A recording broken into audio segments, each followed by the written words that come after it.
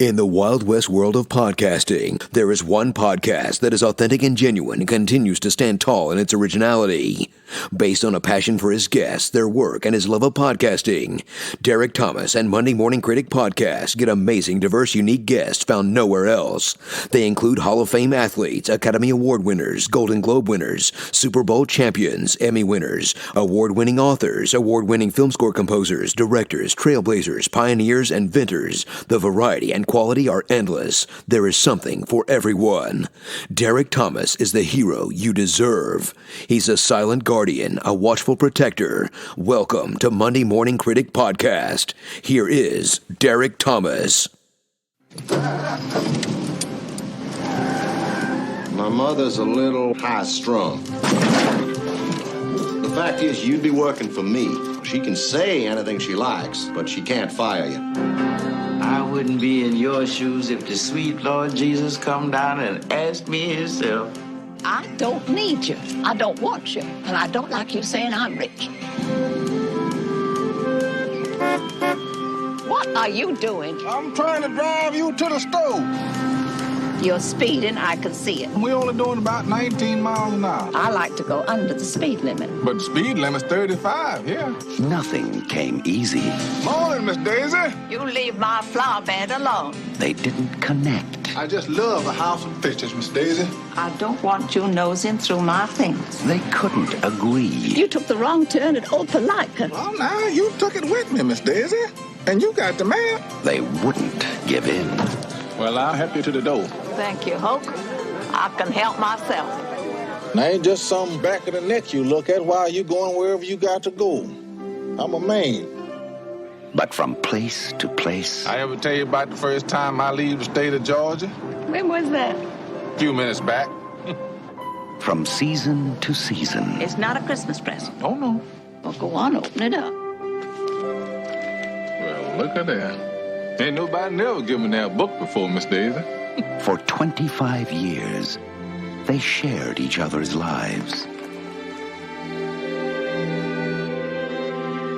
You ought not to be driving anything the way you see. How you know how I can see less than you can look out my eyes. And touched each other's hearts. Hope, Yes. you're my best friend. Morgan Freeman, Jessica Tandy, Dan Aykroyd, driving Miss Daisy. Did you have the air condition checked? I told you to have the air condition checked. I don't know what for. You don't never allow me to turn it on. Hush up.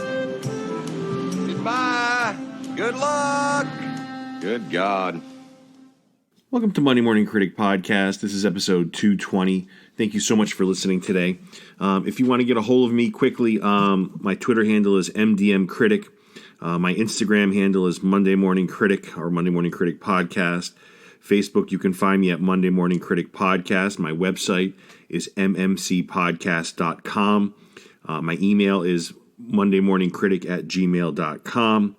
If you're looking for a place to listen to the podcast, if you're unhappy with what you're currently listening, if you're listening on YouTube, I can recommend a few: Audible, Apple Podcasts, Stitcher, Pandora, iHeartRadio, Podbean, Spotify, my personal favorite, Google Podcasts.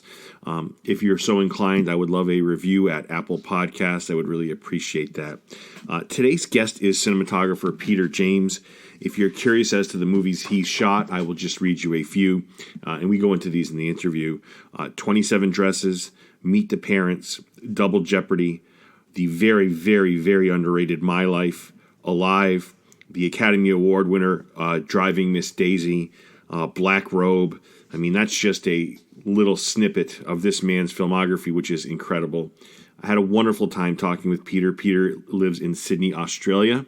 And I believe my next guest is also from Sydney, Australia, if things work out the way they're supposed to. But because in podcasting, things don't always work out the way you hope, right? It would be easy if I just wanted to interview anybody. I mean, that would be the easy way.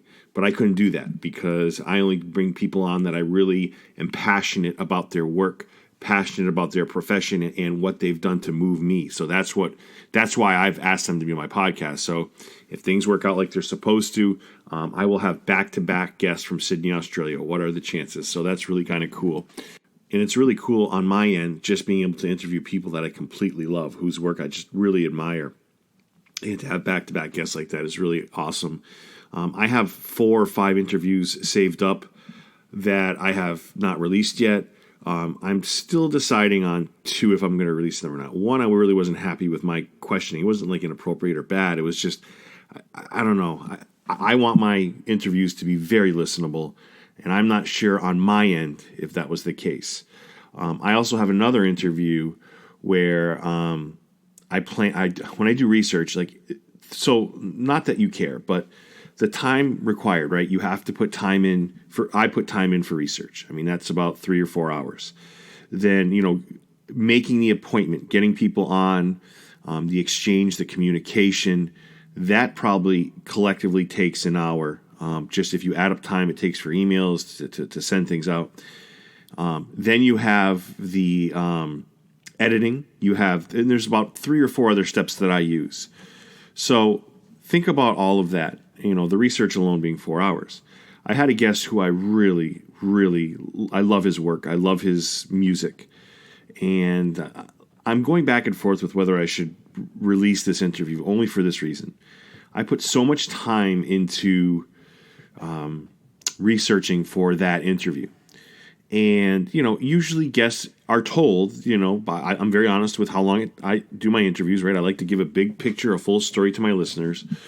I tell them it's going to be minimally 30, 35 minutes. Sometimes guests like to go longer. So I give them a minimum. I want to say the 19-minute mark. Because this is one of the few interviews that I have, and I hate doing this, where we have a third party, somebody that, connects the call, which I don't understand, but whatever. I mean, I have so many numbers in my cell phone and Skype, and I would never contact somebody inappropriately or give away their phone number. I mean, I'm a closed book when it comes to that stuff. So I don't know, whatever. I guess somebody has to do what they have to do. But I find that third parties, when they are involved, it never works like it's supposed to, ever. So at the 19-minute mark, a voice comes in and says, "You have 1 minute left." 1 minute left. I mean, I spent 3 hours doing research for this guest, and I don't know. I was just really disheartened. I had so many more questions that I thought would have been interesting for those listening,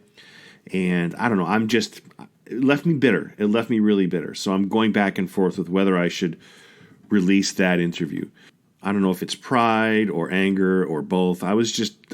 It left a horrible taste in my mouth, and I just wasn't happy with that. And I'm usually pretty accommodating. I'm pretty friendly. I never do things that are standoffish, but I have to say there's times where you kind of have to stand your ground and have some pride. And I think that's one of those. This might be one of those times. Another one of those times was I loved the Tiger Woods documentary, and I had somebody that was a big part of putting that together was supposed to come on my show, but the publicist or third party wanted to listen in on the call. No, that's not happening either. I just not comfortable. If you don't trust me to ask questions that, listen to any one of my 220 interviews. You tell me which one I've asked questions that are inappropriate, that are, not well received. All my questions are, I think, intelligent. I think are on occasion reach outside the box, inform the listener, are positive. But, I'm sorry. I'm not going to interview somebody and then have a chaperone listening on as a third party listening to what's going on. Are they doing that to approve of what's being said? I don't know. It was like when I was younger and I started talking to girls for the first time, and my mom would listen in or my dad would listen on the other phone just to see what I was a young kid at the time. That's exactly what this is, like a chaperone. No, I'm not okay with that in any way, shape, or form. So that interview, I said, no, thank you to. It's just not going to work out.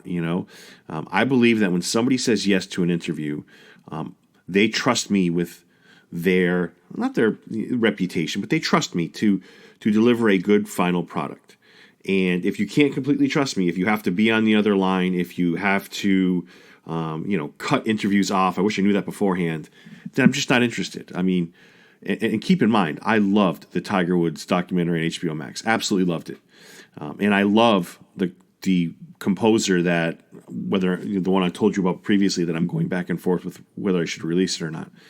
But, I always bring up the positives in podcasting, my passion and how much I love it. But it's hard. Like, it's really, really hard. And there's so many guests that I love that I reach out to that they lead you on.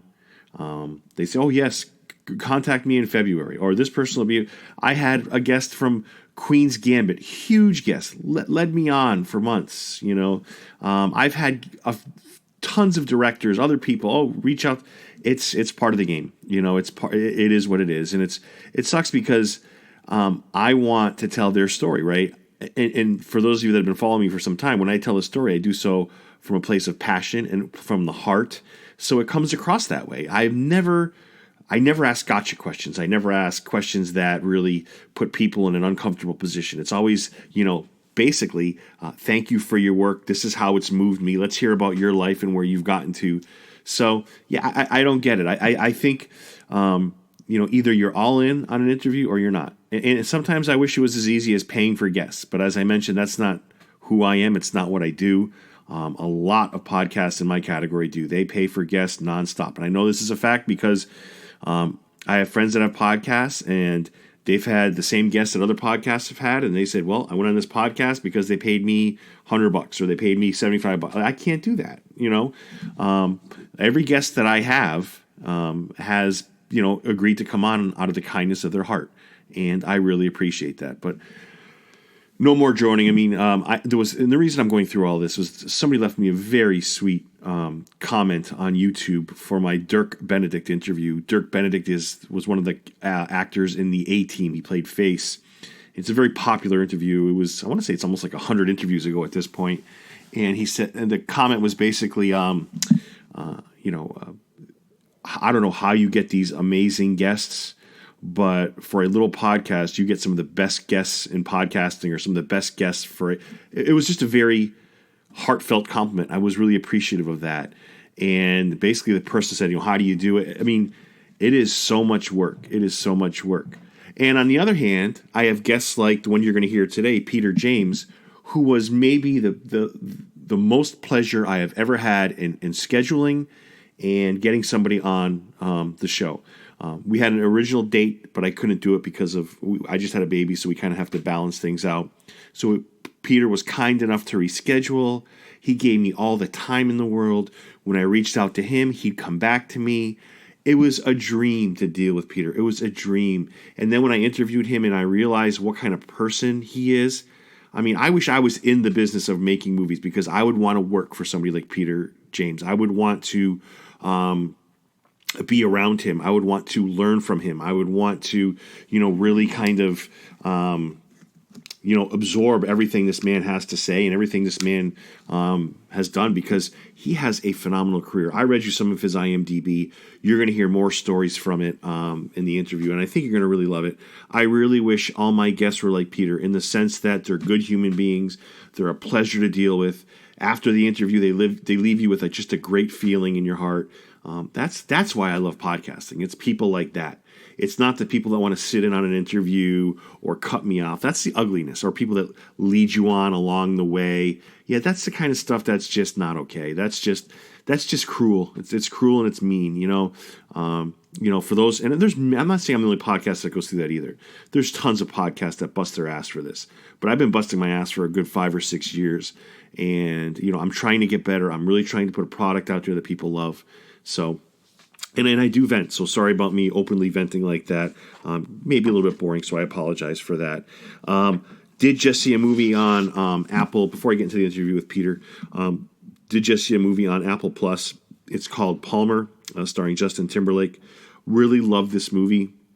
Really great kid in the movie. You'll see it when you watch it. Just a movie with an enormous heart. It's one of those movies I felt that was above average, but could have been excellent. But it just kind of stays at that above average, right? There's some holes here and there, but certainly watchable. Certainly a movie that I would recommend to you. I really, really liked it. Justin Timberlake is really a wonderful actor, as well as his musical talents. And that really shows. He's getting better and better. When he started acting early on, Timberlake wasn't great. He was good. He's getting to be as good an actor as he is a singer, and that's for sure. A few more things before I get into my interview with Peter. There's a little bit of a controversy with David Letterman. Letterman hosts a show on Netflix called My Next Guest Needs No Introduction. Obviously, before that, he had his own talk show at NBC and CBS. He's one of the all-time greats. And they found an interview because there's a new documentary on Britney Spears. And there's a segment on there of him interviewing Lindsay Lohan. And he's talking about her rehab. And he's relentless with her. Like he's asking her, why are you going to rehab? Where are you going? Why? Like he's just on her and on her and on her. Watching it's just very uncomfortable and awkward. I usually don't get into politics, and I won't now. But, Dave is somebody on his show, my next guest needs no introduction, who talks politics frequently. He calls out the former president frequently, other politicians frequently, on their lack of sensitivity, But here's Dave in a position where he really has to say something because he really grilled Lindsay Lohan in a time of her life where she was seeking help, trying to get help, and he was awful about it. Quite frankly, he was terrible about it. And that's on Twitter if you want to see it. It's really an awkward clip. I like Dave Letterman a lot, and I think I think he's a good human being. I think he's quirky. I think he's someone that has definitely taken pride in the way he lived his life now. He certainly would admit to you, I think, that he's a changed man because he was tough early on. But I think he's admitted all this stuff. So it is something that's out there, and it's why I bring it up. WandaVision, another show which I've been talking about that started off as a slow burn, is now absolutely amazing. The genius behind the storytelling here was amazing. People that wanted the instant gratification probably jumped off the bandwagon a little bit too early. They're definitely coming back on because there's a lot of things happening with that really well done show on Disney Plus. I'm just curious what you guys love for movies and TV, right? What moves you? If you want to shoot me an email, if you want to reach out to me, I'm just curious what shows, what movies you guys love, because you hear from my end all the time. It's kind of a one-way conversation. I'm telling you, obviously, for my guests who I love and appreciate. I talk about the movies I love and have affected me, TV shows. I'm curious on your end, what moves you? What shows, what movies inspire you? I mean, when I have a tough time, I'm always channeling Shawshank. I mean, what's your Shawshank? I'd be curious to hear that. I did finish a show on Showtime through 9 episodes. I have to tell you, I thought it was going to be one of the best shows I've ever seen. It had pretty much the same core of people that did The Night Of, which is one of the best shows I've seen in recent memory that was on HBO and still is. But so I said, there's no way Your Honor is going to miss. And through 9 episodes, they were right. It was amazing. All these awesome storylines, awesome characters. I can't think of a cast member in this show that is disappointing. They all are amazing. I absolutely loved it. And then we just watched the season finale or series finale, I'm assuming. I just can't get over what I saw. It was, I don't know if the virus played a part, but it's almost like they rushed everything and ended it just to get an ending. I couldn't believe what I was seeing. Like, what is this? The show worked so hard to build this narrative, to build this wonderful story, and bam, that's your ending? It's just an abrupt stop like that? I don't know. I'm not trying to be negative, but it was just a really difficult ending to swallow.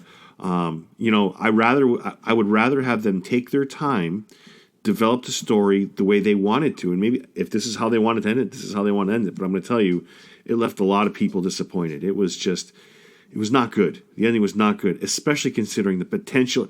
It was coming into that finale with a full head of steam. It was really a really wonderful show to watch. Little disappointing end there for me.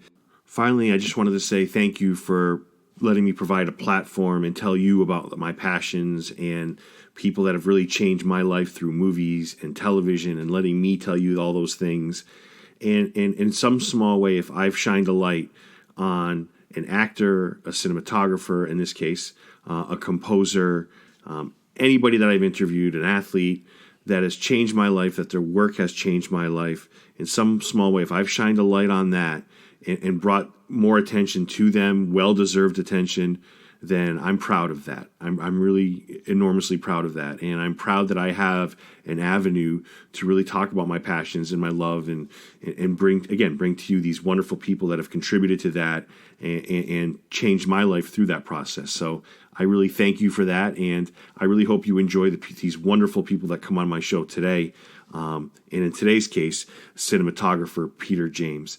Thank you so much for that. Thank you for listening. And again, this is episode 220. Please welcome cinematographer Peter James. Peter James is an award-winning cinematographer whose work includes Black Robe, Alive, My Life, and Driving Miss Daisy, just to name a few. I absolutely love his work. Peter, welcome to the podcast today.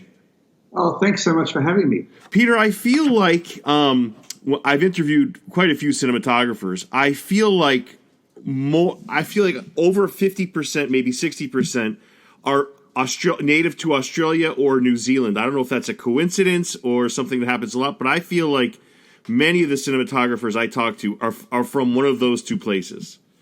Well, it's amazing. The quality that comes out of such a small population is, like New Zealand's only got about 4 million people in it all up. There's more sheep than humans, you know.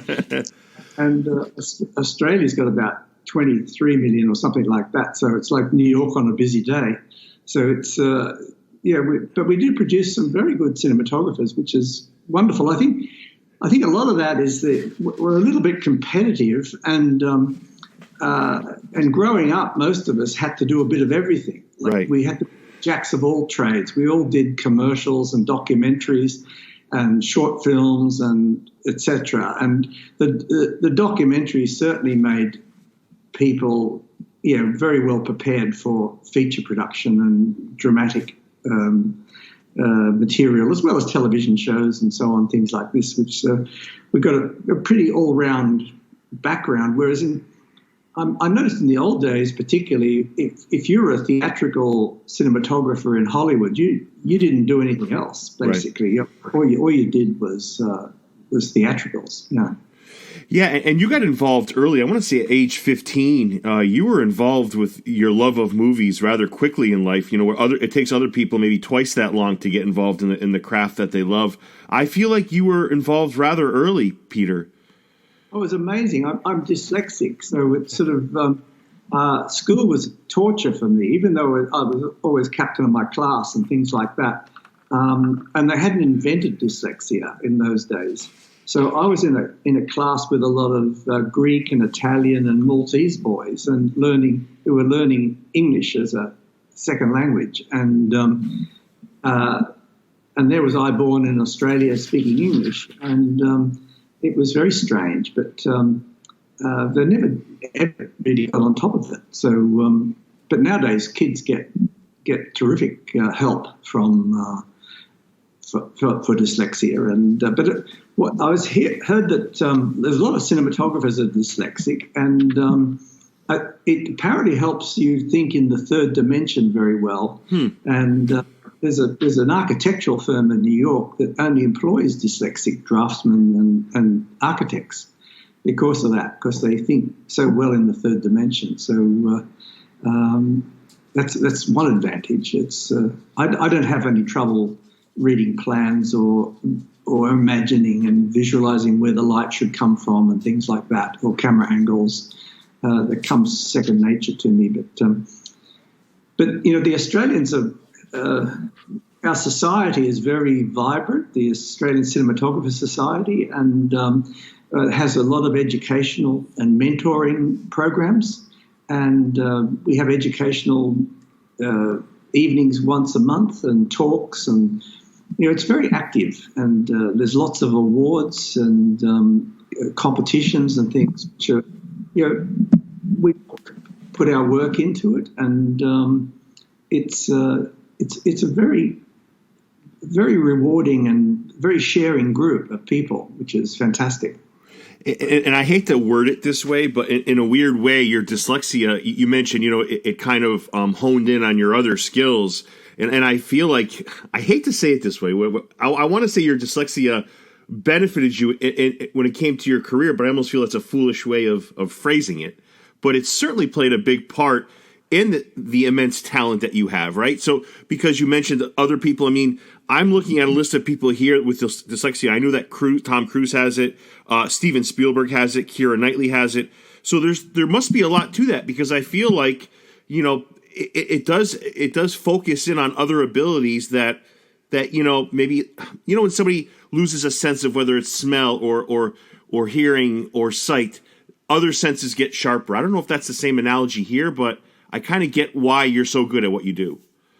Well, I think because you're thrown in, like I don't read for pleasure, and I'm really into composition and colour and all those sorts of things. That's what you compensate with, and it does work very well. I must say, it does help you a lot, and particularly in the visual arts, like we are.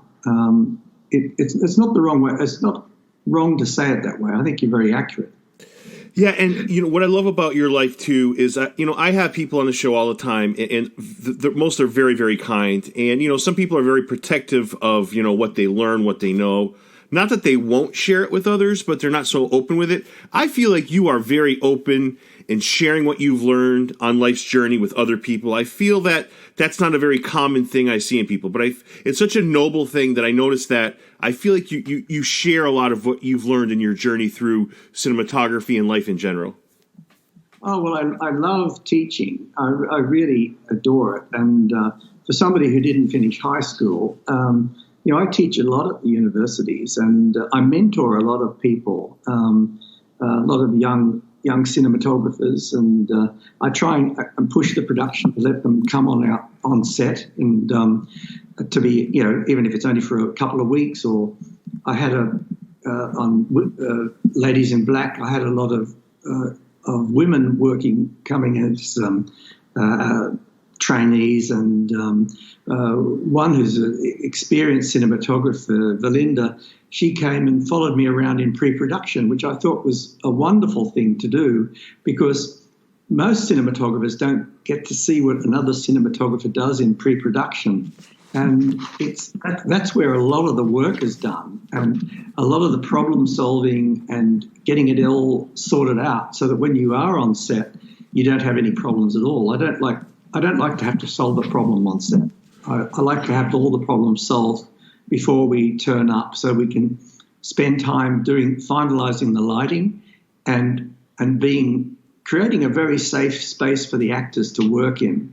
I think that's so important. And working with Bruce Beresford, as I've done for many films, that's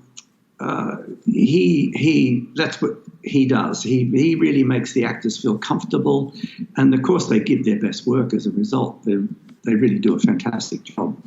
Yeah, and I'm going to get into your work with Bruce in a moment. It's really some wonderful work you guys have put out together. It's funny. I'm listening to you talk about students or people that have cinematographers that have are watching you on set, are kind of developing their craft. It reminds me, Christopher Nolan has a no cell phones rule on the set, where he doesn't want people looking at their cell phones. You put them away.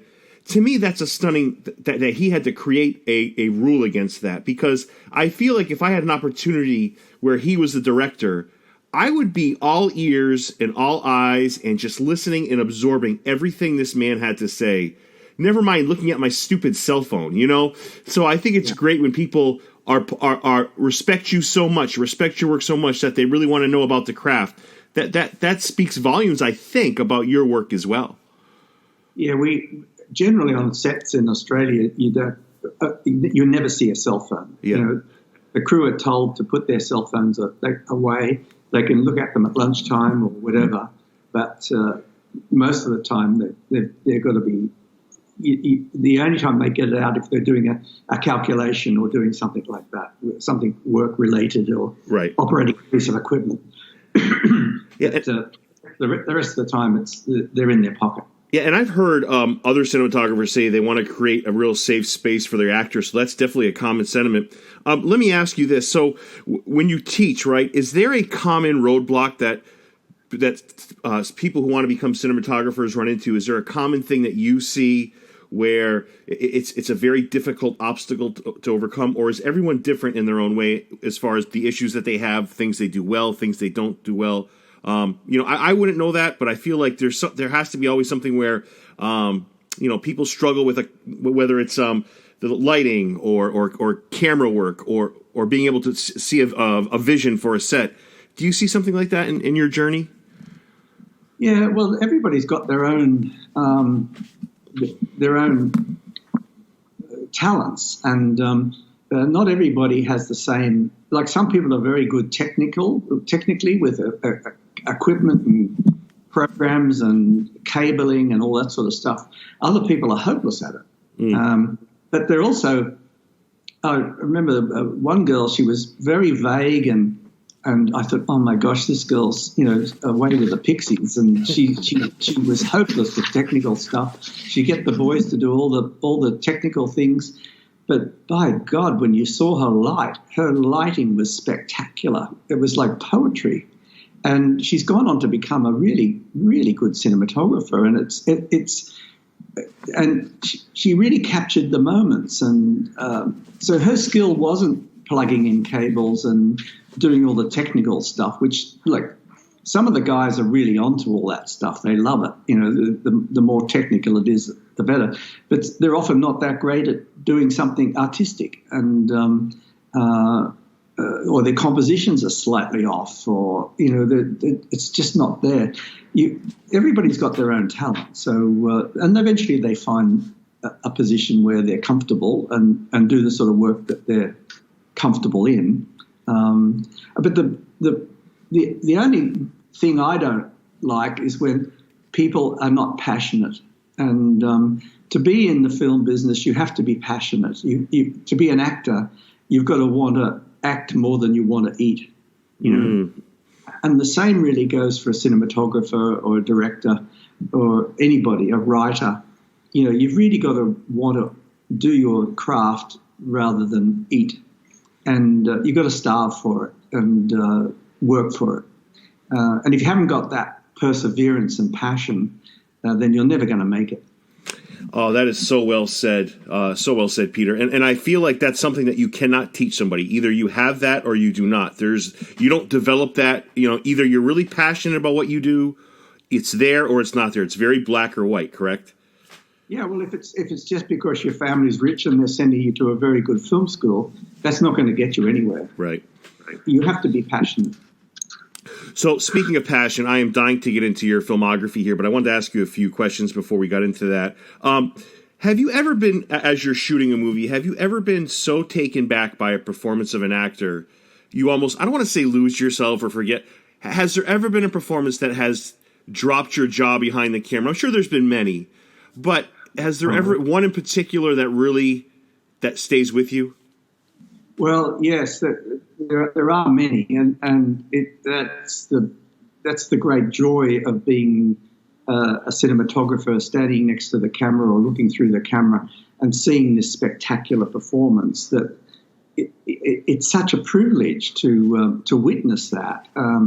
Like other people will see that on film in a cinema or on television, but to actually be there in the flesh and see that performance.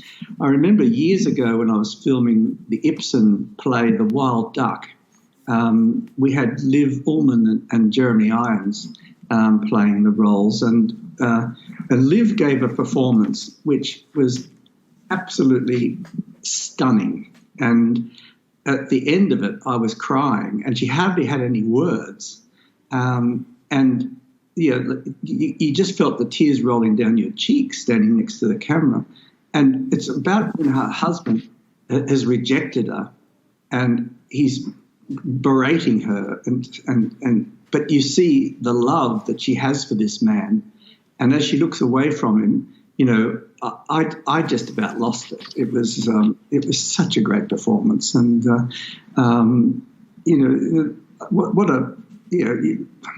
what do you do? Like when it's all over, I went over and said, "Oh, thank you very much. That was a wonderful moment." Oh, that's very sweet. Yeah. And you talk about, you're loving your job. That's one of the perks of your job is you get to see all these wonderful performances, and they get to thank you back with your beautiful scenes that you create and shoot. So I that's part of the perks, I would imagine, being a cinematographer.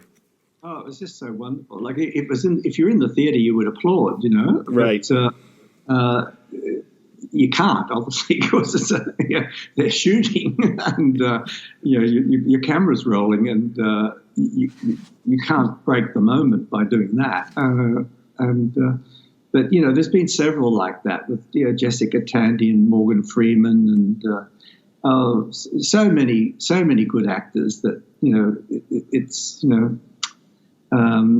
what a pleasure it is to work with them and see these performances so beautifully done.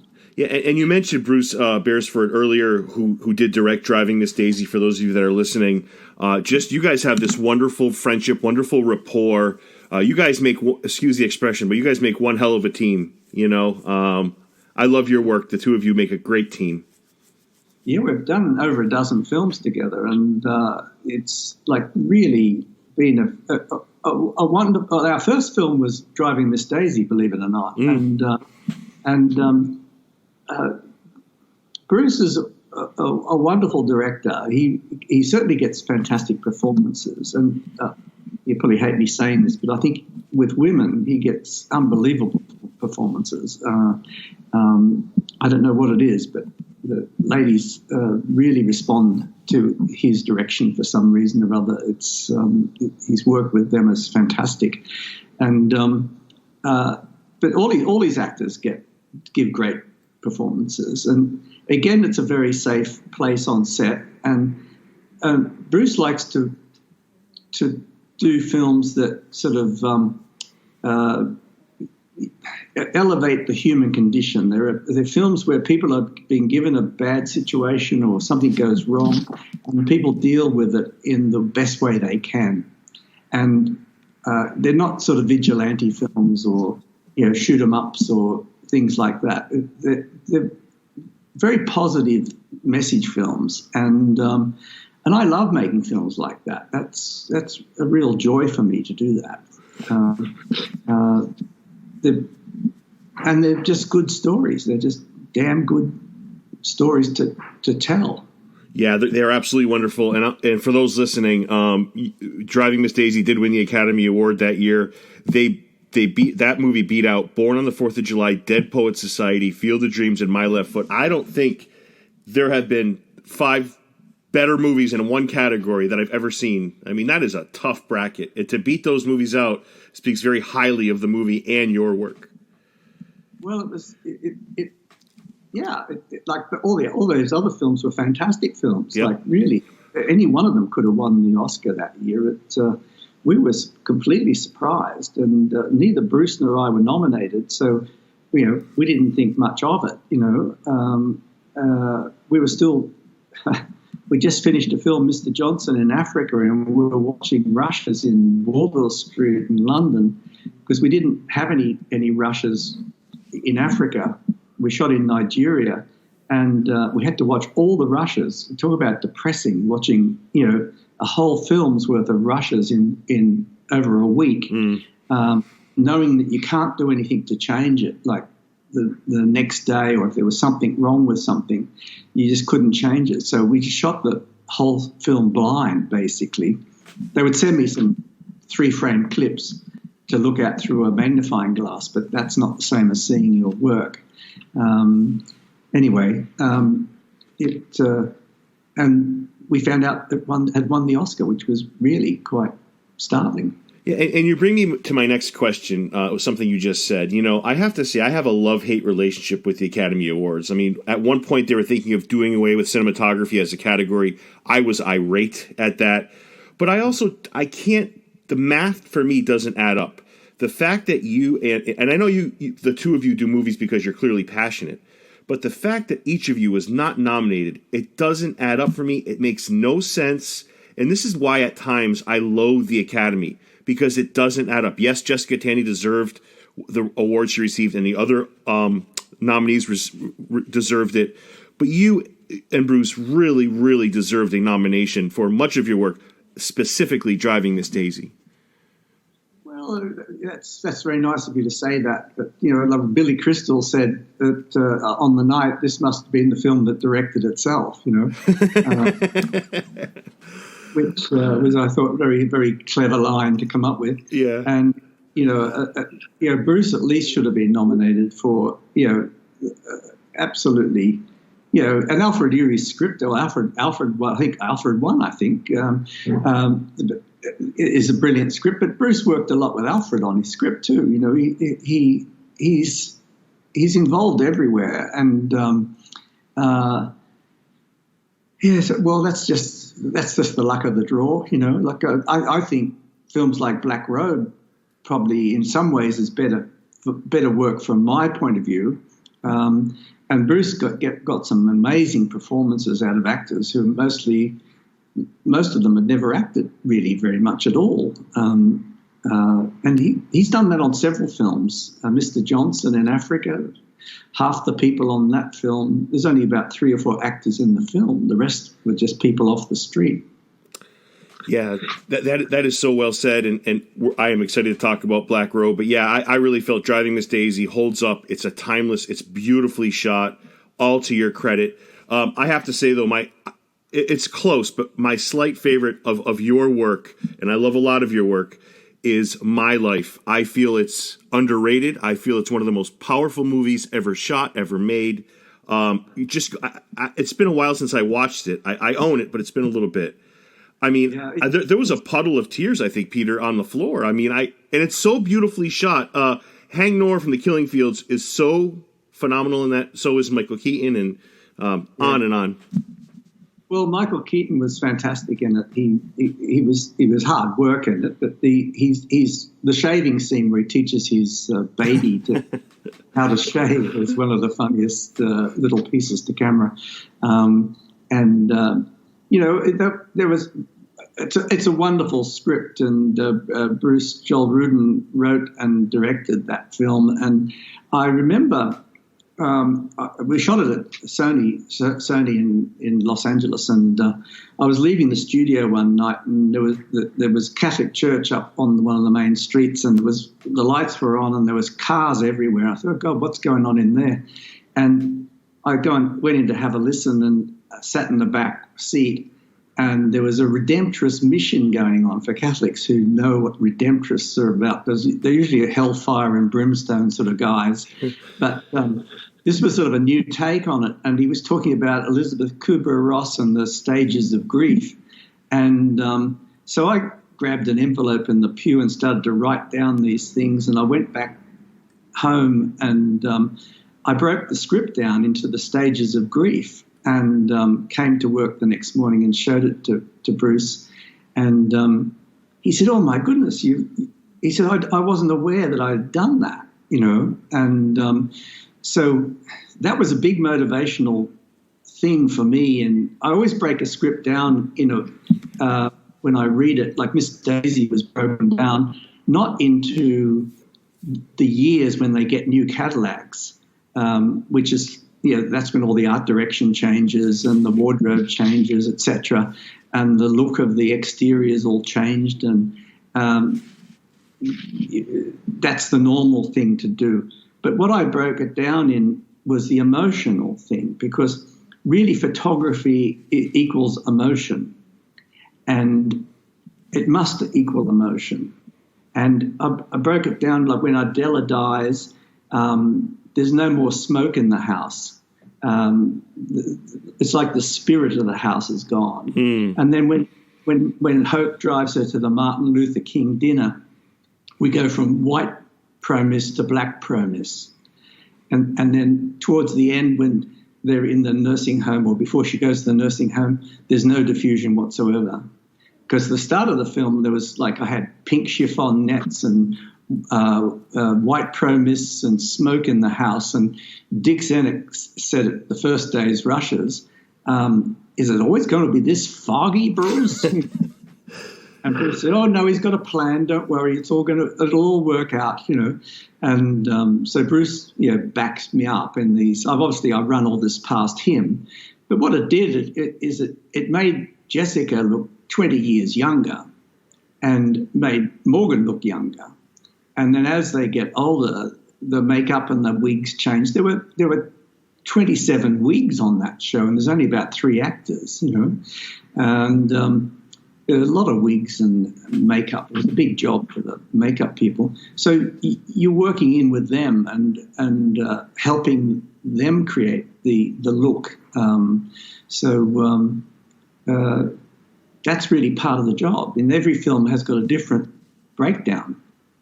Yeah, and it has a beautiful look to it. And my favorite scene from, going back to my life for a moment, there is a shot when Michael Keaton is talking about his death, and there's a shot of a baby's hand, foot, and ear, and I lose it at that part every time. And I feel like that screams, this is what cinematography is, right? Because it encapsulates the entire movie. I just thought it was a beautifully shot scene, as I do about much of your work, Peter. It was just so many scenes like that in my life. Oh, that's sweet. That's very sweet. I remember I was wearing a sweatshirt that had "My Life" written on the back of it, and this lady in the supermarket just stopped me and she said, "Oh, I just love that film." One of the movies you brought up was a Black Robe. I watched it this afternoon again. What a wonderfully honest. You talk about cinematography, and it's almost like I always say this, and people agree with me. If I was to shut the volume off, I mean, there's wonderful acting in this movie. I'm not saying that, but if I was just to watch a movie based on how it looked, this movie is just visually stunning and beautiful. Most recently, you and I talked about this. The Chicago Tribune, John Cass wrote a wonderful piece about Black Robe. For those of you who want to take a look at it, it's certainly on the Chicago Tribune website. What a wonderful movie. Everyone talks about, their seasons, especially here in New England. They always talk about summer, this and that. For me, I always think the beauty in seasons comes in winter, and there is so much beauty I see in the shots that I see in Black Robe.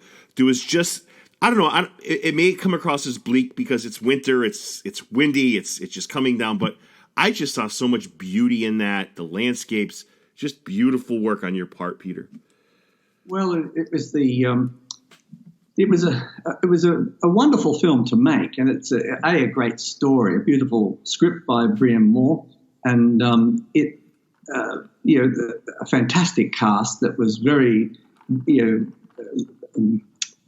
resilient to go and shoot in those unbelievably cold conditions. We're all rigged up in our down outfits, and the poor cast are out there standing around in furs and skins and things. It must have been awful for them. It was a tough film, a very tough film to make. But there again, I broke the script down, and when the Indians paddle off with the priest and the boy, the sun is out and it's autumn, but then from then on, I didn't want to see the sun ever again in the whole film until the very last shot of the film. And so I said to Billy Two Rivers, who was our Indian advisor and also acted in several scenes in the film, I said to Billy, I don't want to see the sun anymore. I said, can you have a chat to the spirits? I said, I'm having a chat to the Holy Spirit and to see if we can come to no sun except for the last day. And he says, okay, boss, no trouble. So we get to the last day's filming where the scene is where the priest is baptizing the people in the church, and I'd said to Bruce, let's do these shots where we go from outside to inside. Otherwise, you could have just cut to a film studio. And if we do these linking shots, then the audience will know that we're actually on location. We're not on a soundstage doing the interiors. So we did this. Bruce came up with this shot where we started inside and the priest baptizing everyone, and then the camera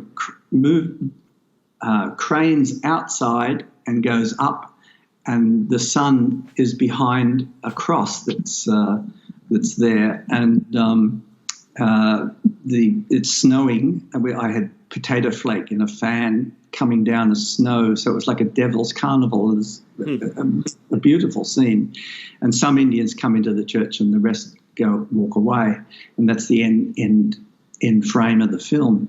So I could see this. I had this dream about this sunset, and I got all the gels on the lights and got it all worked out so we could match the sun, and we did this shot with a huge iris pull, which the focus puller handed me the control. He said, "Would you mind pulling the iris?" And I don't want to read too much into what you're saying, but is the reason why you didn't want to see the sun as the movie moved along, is it because this, and I'm going to sound like a fool if I'm off with this, but the sun, I feel like, represents hope, and, you know, the lack of it kind of goes along with the tone of the movie from, you know, do I have that right?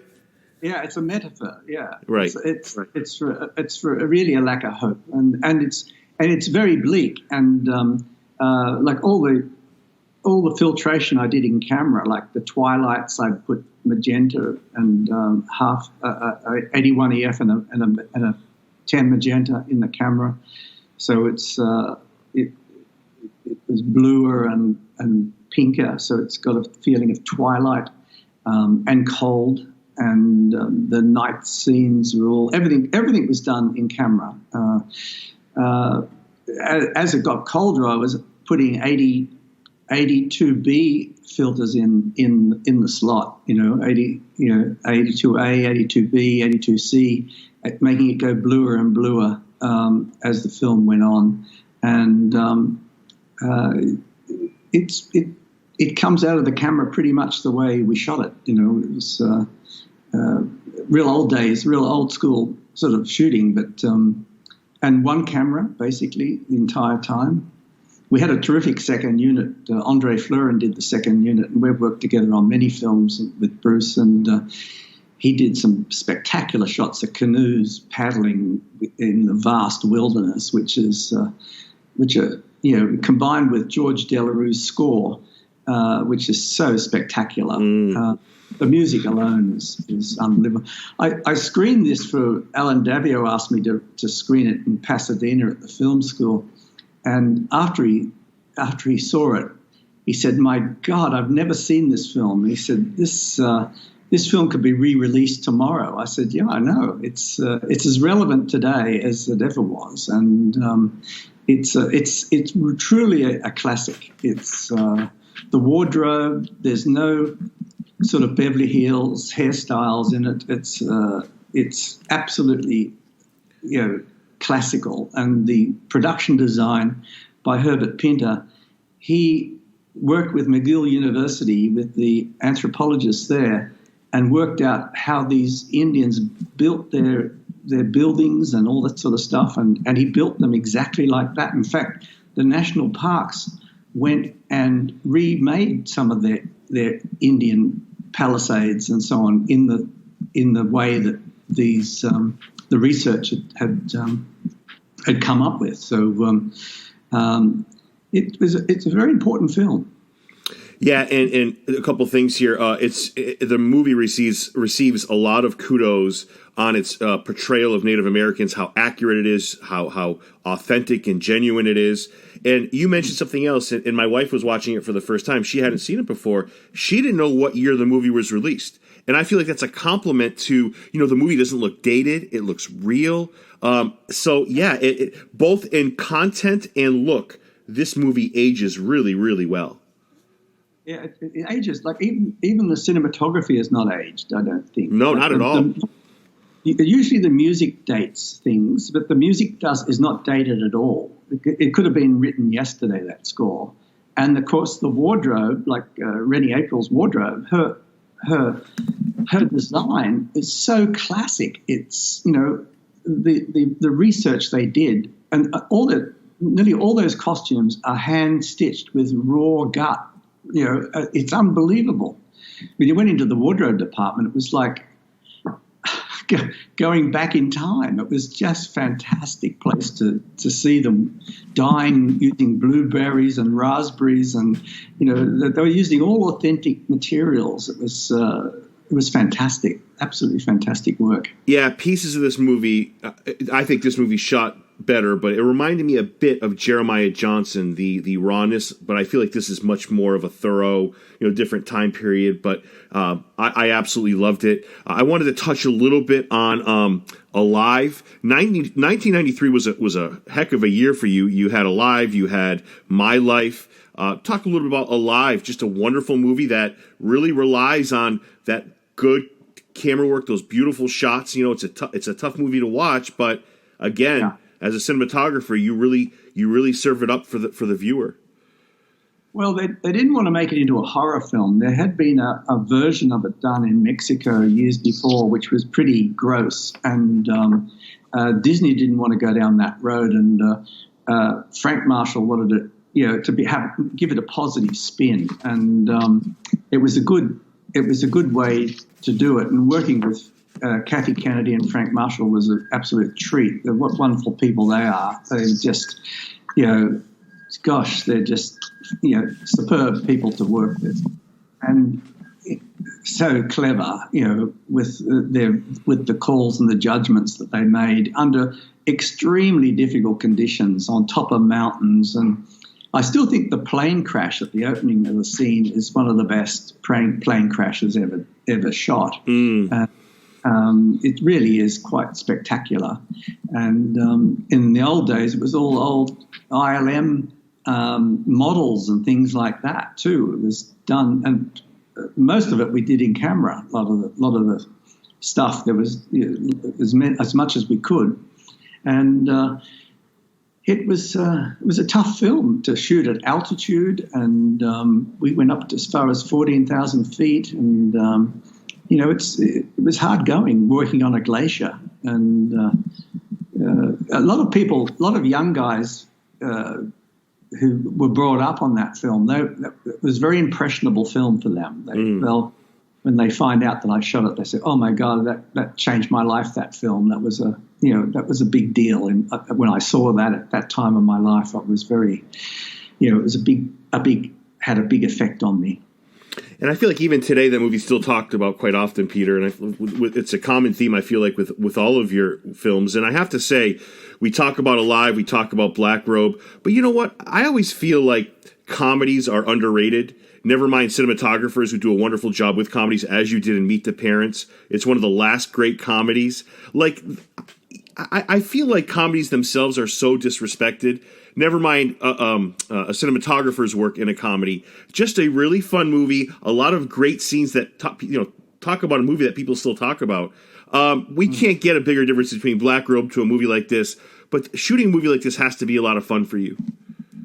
Well, it was probably the most difficult film I've done in a way. It was definitely the most stressful film I've ever done.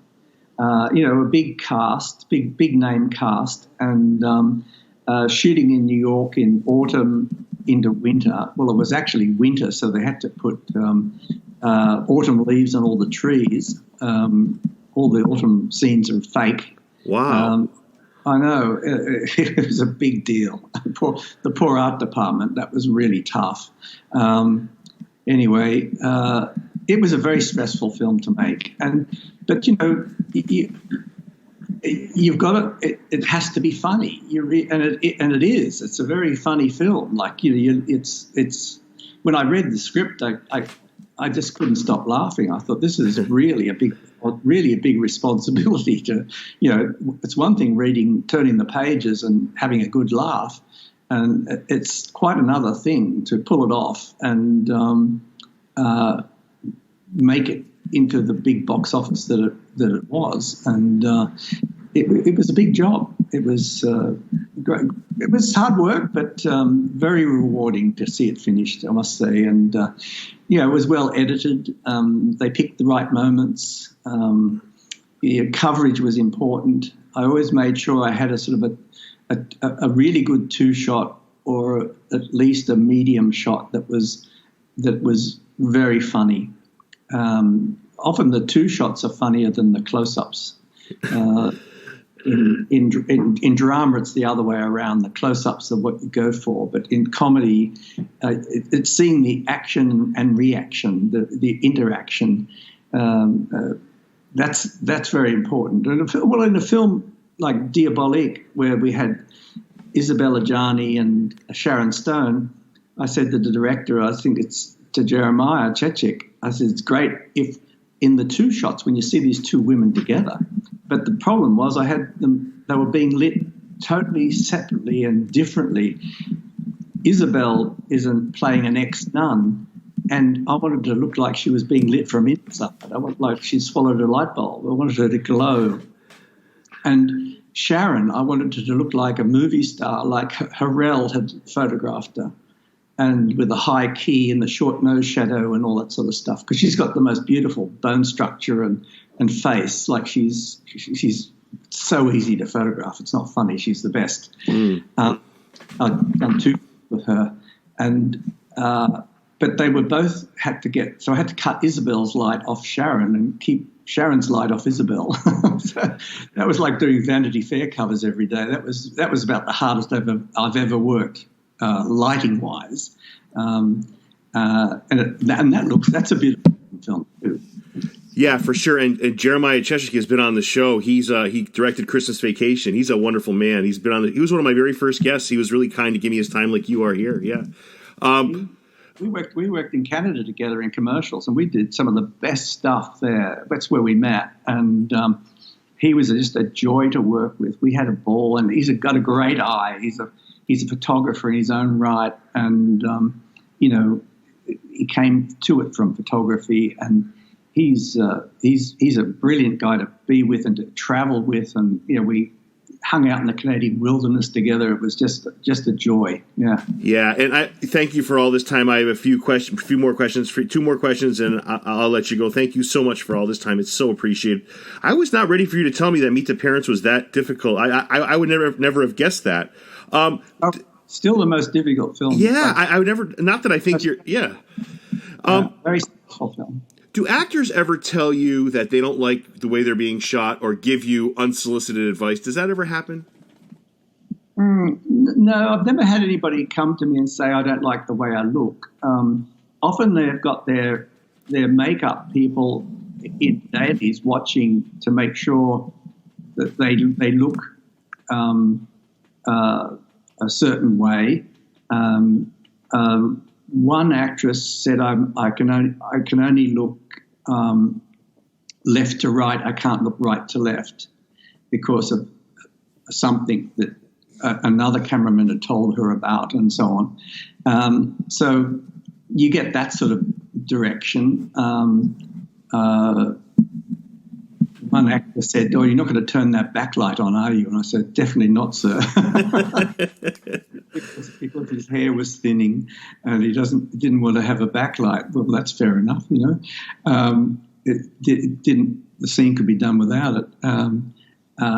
But generally, they don't interfere, and they trust you, and they know that you're working for them, to look after them, and which you are. You're working for them and their best interests. And in fact, Ben Stiller wrote on my script after Meet the Parents. He said, "Thanks for finding my eyes." Oh, that's very sweet. That's great. That was very sweet of him. He's got deep set eyes, and he knows how important it is to see the eyes. Like the eyes are the window of the soul, sort of thing. And unless if he has black eyes, his jokes don't work. You've got to see his eyes, and he's a very funny man, and he was very sweet of him to do that. Yeah, he seems like one of those people that's a good person off camera as well. My last thing I wanted to bring up, I love Double Jeopardy. It's one of your, I think it's a very popular movie. People love this. Shot in New Orleans, I believe. Just a really great movie that people talk about still to, 2021. We're still talking Double Jeopardy. Ashley Judd, Tommy Lee Jones, another great movie that you shot. Yeah, well, it gets run all the time on TV. I know that. It comes out all the time. People love it. We shot a lot of it in Vancouver, believe it or not. More than half of the New Orleans sequence we did in Vancouver. Nearly all the chase sequence was done there. So a lot was done. All the exteriors, like Main Street stuff, was done in New Orleans. But that was a fun film to make, and a bit of a different genre for us. There was a script change to the end where she originally she didn't kill him, and in the new script they brought out new pages for the end scene, and she kills him. So which I thought was better when she didn't kill him. But anyway. My last question for you is, I love your work, and I just thank you for your time. I love cinematographers, whether we're talking Roger Deakins, the late Conrad Hall, you. Is there a movie you've seen recently, or maybe in your life, where you are blown away by the cinematography of one of your peers? Oh, gosh. There's so much good work around. I really can't put a finger on one. The one I really liked just recently was Corpus Christi, a Polish film. Did you see that? I haven't seen that, but being somebody who could speak Polish fluently, I'm embarrassed to say I haven't. Oh, it's a wonderful film. You must see it. It's the performance of the boy is spectacular, and it's about a boy from a reform school who becomes a priest. He masquerades as a priest, and it's absolutely enchanting, and it's beautifully photographed. It's not like knock your socks off Roger Deakins sort of photography, but it tells the story extremely well, and it's a wonderful film. I'm looking at it now as you speak. It is very highly reviewed and it's almost an 8.0 on IMDb. So, yeah. It's worth every star, I tell you. It's a really good film. Guess what I'll be watching before I go to bed tonight. So thank you so much for that. Peter, you are a legend, and those listening to this podcast will absolutely love this. You're just an open, honest book. You're a good human being. Thank you so much for coming on the podcast today. Oh, my pleasure. It was very sweet of you to ask me. I really enjoyed it.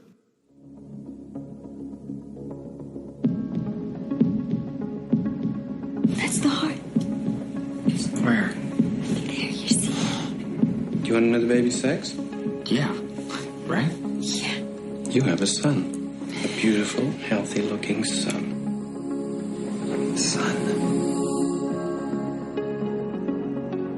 Sometimes life gives us just what we hope for. And sometimes it doesn't. We got the lab reports back this morning.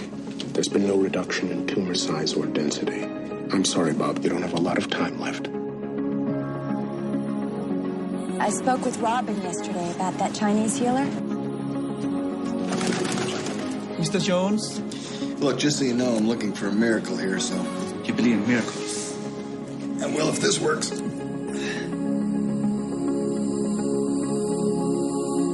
The fact is, I'm supposed to be dying. Now, the tricky part here is you're about to be born. So, I wanted to leave you this videotape so that you know something about me. Music. This is actually a pretty important subject. Your mother is going to be of no help in this area. She will try to fill your head with show tunes. You're going to have South Pacific coming out your nostrils. There are basically two schools of shaving, okay? Down, like that, or up, like that. Never, I repeat, never sideways like that. We're losing ground, Bob. I can't recommend further treatment. I'm still in the game here, man. Life is trying to teach you, but you don't listen. You think you can take away my hope like that? That's all I have. You hold too much anger inside. It kicks, it moves, it feels. It's your child. Love us.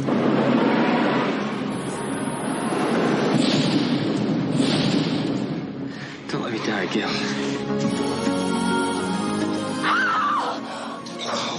Kid, wife.